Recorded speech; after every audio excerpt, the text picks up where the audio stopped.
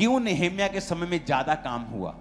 क्योंकि नेहेम्या कहता है जब मैं गया तो मैंने अधिपति के हक का भोजन नहीं खाया, क्योंकि मुझसे पहले जो अधिपति थे उनके लिए अलग अलग तरह तरह के बर्ड्स, चिड़िया, कुक्कड़ शुक्कड़, टर्की सब पकते थे, अलग अलग तरह का मीट पकता था, अलग तरह का खर्चा था। कहता मैंने वो अधिपति के हक का, हक मतलब वो खा सकता था, पर कहता और अधिक मैं काम कर पाऊं और कलीसिया पर भार ना हो, मैंने नहीं खाया। अगर मेरी एक बुक लिखी मेरे को सारे साल की रोटी दे सकती है तो मुझे आपसे रोटी लेने की जरूरत नहीं। बात लेवल की है। मेरा वो लेवल है कि अगर मैं एक बुक लिख दूं तो मैं 3 साल खाना खा सकता हूं, मेरे फुल फैमिली समेत घूम सकता हूं, जस्ट एक बुक।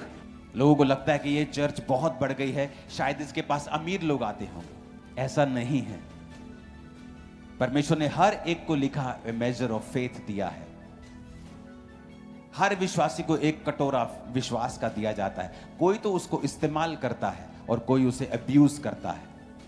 कोई तो थोड़े से चर्च के पैसे में बिखर जाता है और अपना कुछ करने लगता है, और कोई परमेश्वर के काम करता है, बढ़ाता है और वो बढ़ता ही जाता है।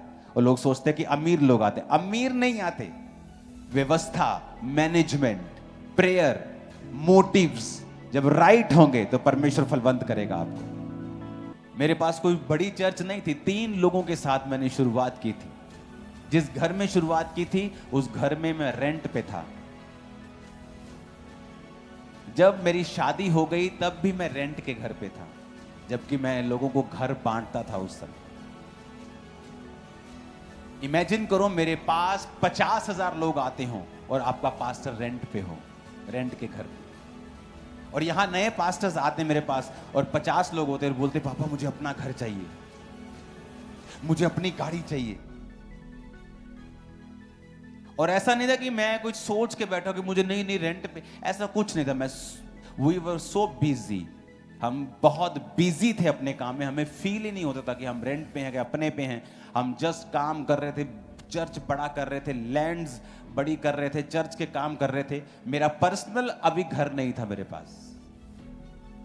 मैरिज के बाद, सोफिया के जन्म के बाद भी आप मेरे को 200 करोड़ दो, मैं देखूंगा भी नहीं 200 करोड़ को। मैं उसको लगा दूंगा, टीम को बोल दूंगा यहां यहां यहां, ये 200 कब्रिस्तान ले लो, 100 ये ले लो, 100 वो ले लो, जस्ट खत्म कर दूंगा।